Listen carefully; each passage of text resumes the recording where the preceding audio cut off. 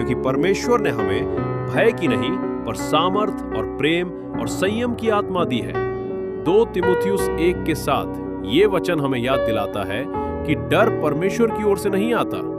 कई बार जीवन की परिस्थितियां हमें कमजोर, चिंतित और असुरक्षित महसूस कराती हैं, लेकिन परमेश्वर हमें भय में नहीं, विश्वास में चलने के लिए बुलाते हैं। उन्होंने हमें ऐसा आत्मा दिया है जो हमें सामर्थ देता है, कठिन समय में स्थिर रखता है और आगे बढ़ने का साहस देता है। जब डर हमारे मन को घेरने की कोशिश करे, तब हमें परमेश्वर के वचनों को याद करना चाहिए और भरोसा रखना चाहिए कि वो हमारे साथ है।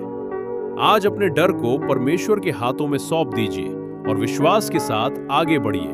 आज कहें, प्रभु, मैं भय नहीं, आपके सामर्थ और विश्वास में चलना चुनता हूं। मुझे साहस और शांति से भर दीजिए।